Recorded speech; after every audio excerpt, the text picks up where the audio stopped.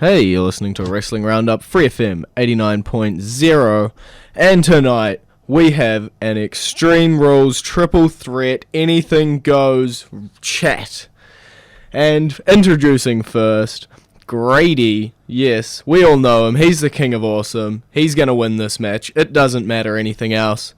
But also, the first of his opponents all the way on Skype from Kentucky, it's Hillbilly Josh. Hello! And the second opponent, all the way from New Jersey, he was there for the show. It is Bad News Brandon. Hello, everyone. So the opening match pre-show, we had a WLC. It got extreme. There were little people everywhere. Yes. I thought this was a really, really good match to start the show off with. Let Torito and Hornswoggle really get into it. They had all these mini tables and chairs. You had a step ladder. I know last week it was awesome. I know last week on the show I asked for a little person ref, but I didn't also ask for a little person ring announcer, Jerry Smaller, Micro Cole, or JB Alf. That was a bonus for you. What about you, Brandon? What did you think of the match? I really liked it. The crowd liked it, obviously. And I thought it was a better match than expected. People thought this would be just purely a comedy match, but it was a well put together match with a lot of high flying and nice spots. And overall, I put together a nice match. And a lot of comedy as well. Yeah. So the opening match actually on the card was our triple threat elimination match. Jack Swagger, Cesaro, RVD. Yeah, I'm not sure what happened between when they announced that the match was a nation match, which I never had heard, and the beginning of this match. But Michael Cole and the entire commentating team were confused the entire match in that this was a single fall match when it was actually an elimination match. I gotta admit, I didn't hear the announcement for elimination either. So that's why I had picked RVD to win, because I figured they could have RVD pin Swagger and then do Cesaro RVD at Payback. Brandon? I really liked this match. Lots of nice spots, again, like we saw in the pre-show. And I really, really thought RVD was the star of this match. Even though Cesaro came out on top, I really think RVD put on a great show for me, the crowd, and everyone. I gotta say though, after RVD eliminated Swagger, his fate was pretty much sealed that Cesaro was gonna win the match. Yeah, once we knew for a fact that it was an elimination match, we knew Cesaro was going to win. There was no doubt about it, because he couldn't directly take a loss in this match. Not if they're wanting to build him with Heyman. True, but was the whole point of the match originally meant to be a blow-off for the Cesaro-Swagger feud? Because I didn't see much Cesaro-Swagger action there. I think they kind of overplayed their hand on that part in the previous couple of weeks, heading into Extreme Rules. So we just need to ignore that now. Just, it's over. Yeah, I think this match was to eliminate Swagger from the feud and move forward with RVD Cesaro. It's pretty much RVD Heyman though, isn't it? Depends on what they do on Raw. Okay.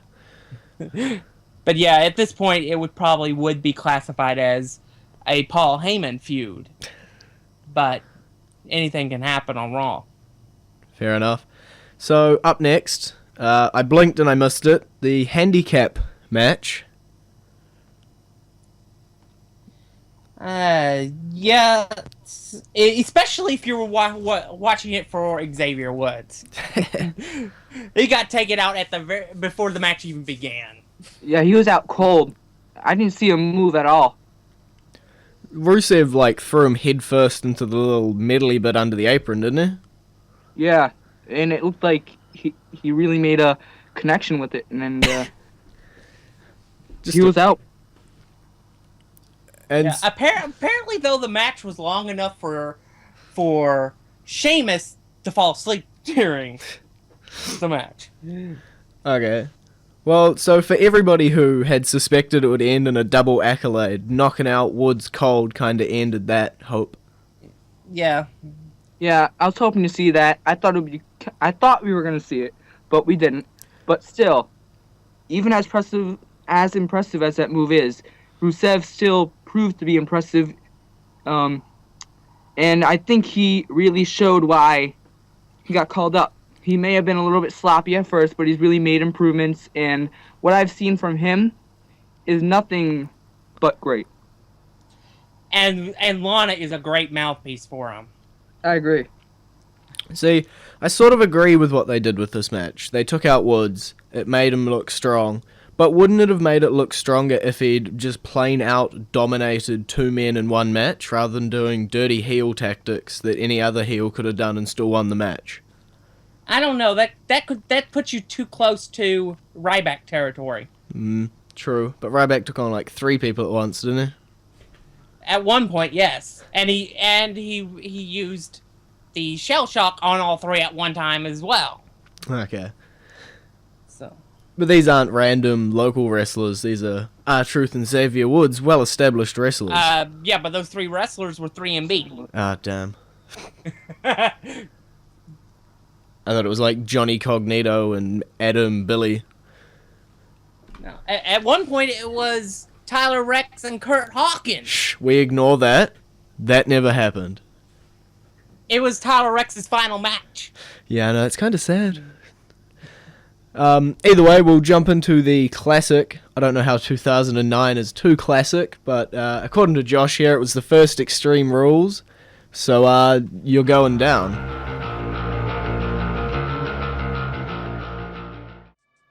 And you're back with a Wrestling Roundup. FreeFM 89.0. Grady, Josh, Brandon, IC title match. This was a good title. I'm disappointed that Big E was so disappointing as Intercontinental Champion. Everybody expected big things. Well, it's kind of hard to do big things when WWE handcuffs you the way they have him. They will not, for some reason, let him show the personality that he has deep inside him. I got to admit, That he I saw shows that on promo. he shows on every platform but WWE television. Pretty sure I saw the promo after the match, and he was very good there. Yeah, that was his best promo he's ever done, and it was done for the network and not television. The match as a whole, I think it was a little like Big E's title reign had been not spectacular, as you said. It made sense to take the title off him, give him another freshish-ish start, and see if we can reboot him while giving Barrett the mini push he needs.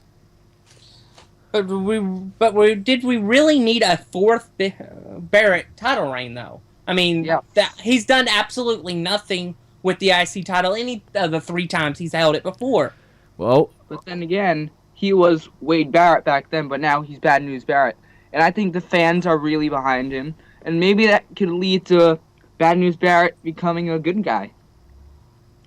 I kind of actually thought when I was watching the press conference on the network that it was kind of hinting a double turn between the two.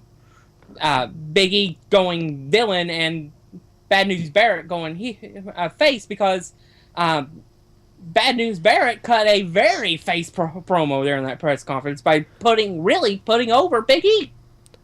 I think if we turned Big E back to being heel, that would be a very bad move at this point in the game. It probably would be. But honestly, I don't know what they're going to do with Big E, and it's getting to the point where it's almost like they're about to ruin his career because they just won't run with him. They won't let him do what he needs to do. At least we can say Barrett's reign might be a little more spectacular than Dean Ambrose's. Hopefully. Well, Dean Ambrose has defended the title 13 times. In like how many? Like a year? almost a year. But that's the same number that CM Punk had defended the title in his year-long reign up to that point. Let's not dirty the name of CM Punk on this show. It just so happened that Dean Ambrose went 105 days without defending it. That's why people don't realize he defended it as many times as he did. Yeah, I think they realized that he wasn't defending it enough, so they overdid the title defenses. No, they did between May, when he first won the title, and October, he defended it 10 times in a 5-month span. Okay. He's defended it 3 times since October 28th. Numbers. Well, we got to move on. 6-man tag, Shield, Evolution. Who saw it going that way? I didn't.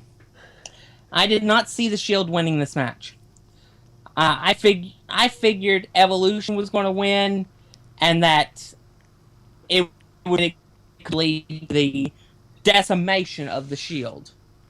You got to believe in the Shield, man.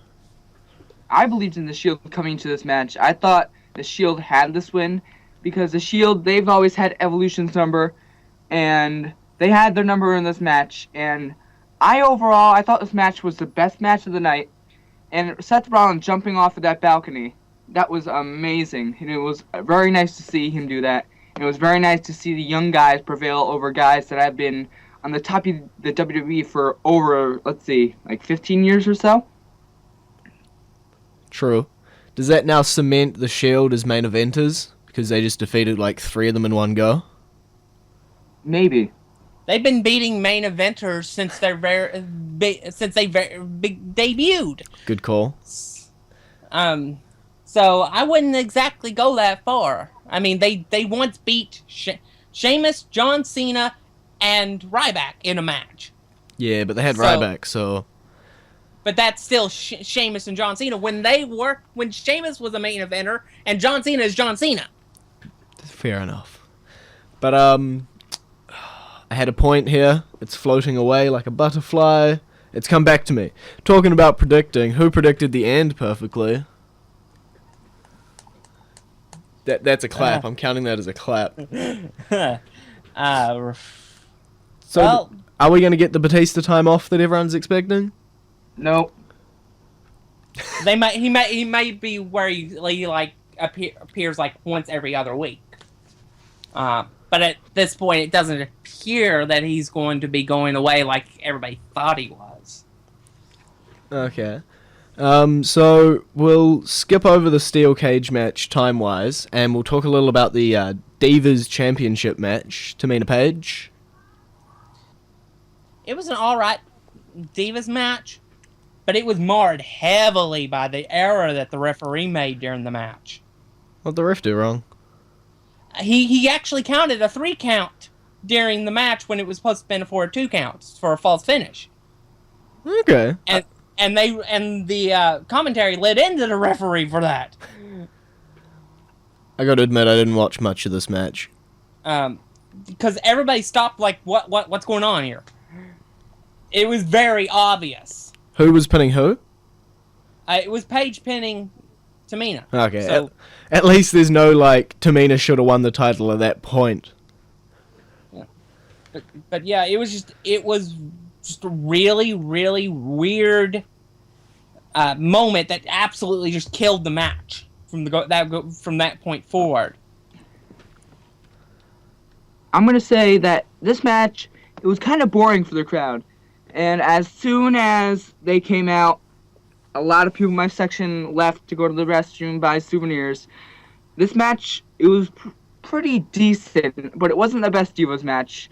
I saw the same repetitive moves from Tamina, and people saw that, and they were kind of bored out by it. And when the match ended, people were happy Paige won, and people were pretty much only cared about this match for Paige. No reason else.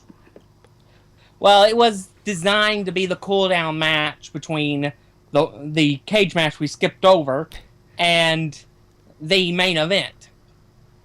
It was designed to chill the fans out so that they would be ready to be warmed back up for the Yes Movement.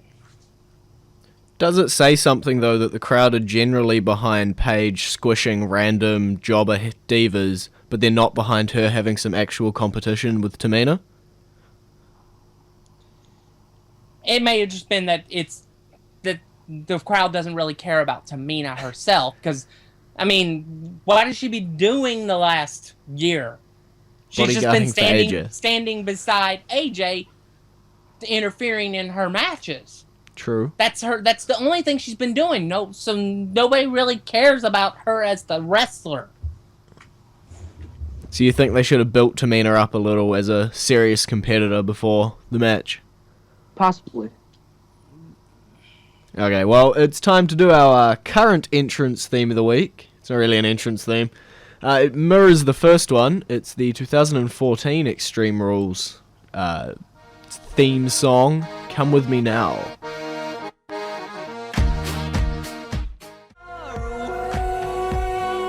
And you're back with Wrestling Roundup, FreeFM 89.0. We're going to jump straight in. We got 2 matches left. Cage match, Bray Wyatt, John Cena, Eric Rowan, Luke Harper, Lil Johnny. It was a great match. I felt it had the right decision. We all knew Bray had the win. And the logic of the feud stated Bray Wyatt had the win by cage escape.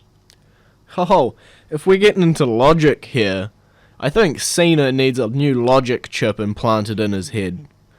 If you're sitting on top of the cage and Eric Rowan's there with a steel chair, you jump off, win the match, and then beat the hell out of him. You don't go back into the cage. Do you want to get hit with a steel chair? Do you want to win the match? No. Or when you're at the cage door, you're about to escape, and some scary-voiced little kid's at the door, do you just walk out and pass the little kid because he ain't no threat? You know, do you win the match? Unless he has some, like, dark powers, like The Undertaker, I would just walk past him. I think he gets his powers from kids, so he lost all sense of reality when that kid showed up. Okay, now you're dragging at straws here. Cena had multiple parts where he could have won, and he logic failed. Either way, it was a decent match. It was probably the match, other than the main event, that I watched the most of.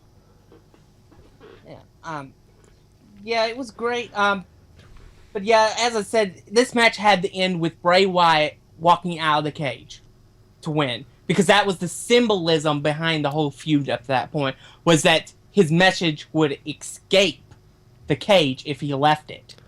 But did anyone predict Little Johnny debuting? No. I gotta admit, it's a little creepy. I didn't know how they were going to do it, but I knew that it had to be done that way. And they really topped themselves with that one. And it'll be interesting to see where they're going, because it's obvious this ain't over.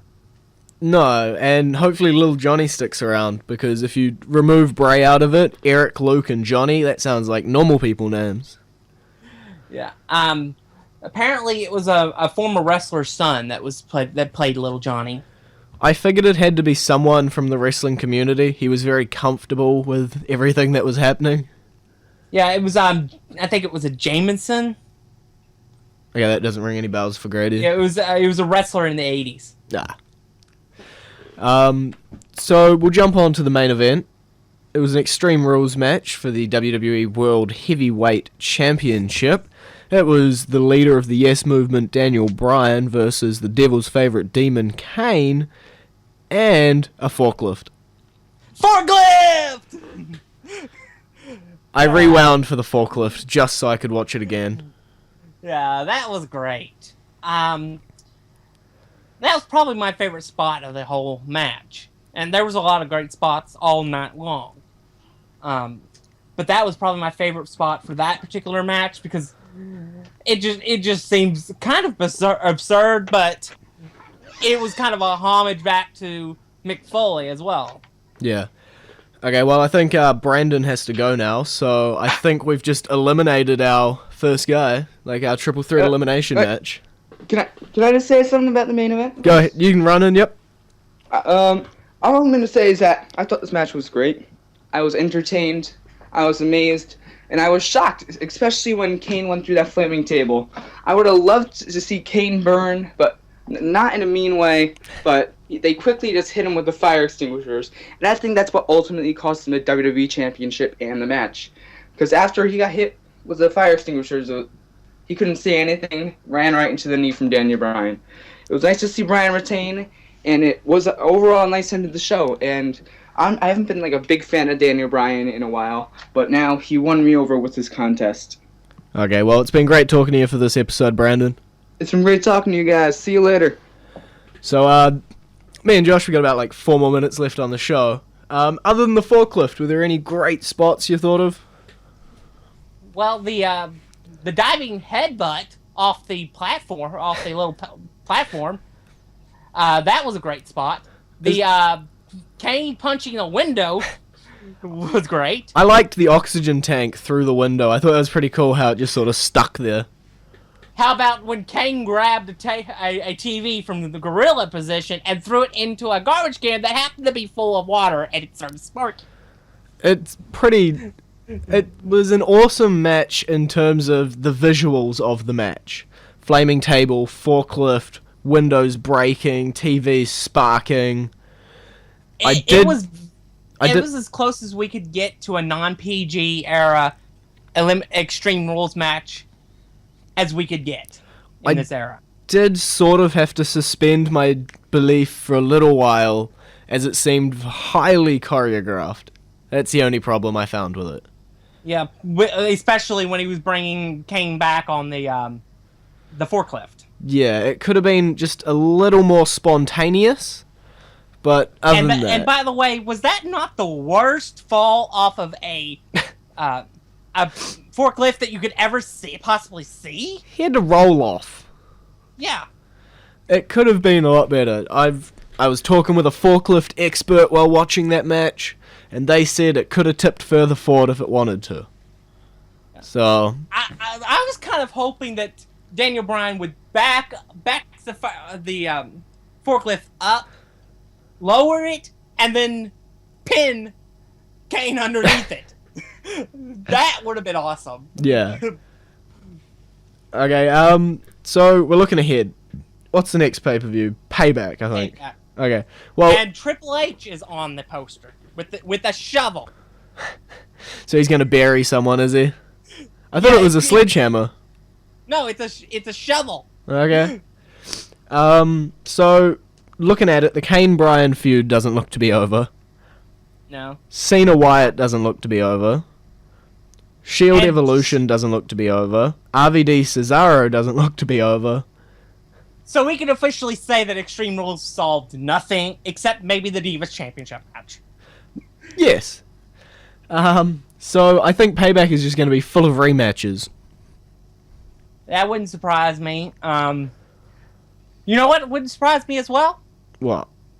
A Buried Alive match. With who? Kane and Bryan. Kane and Daniel Bryan.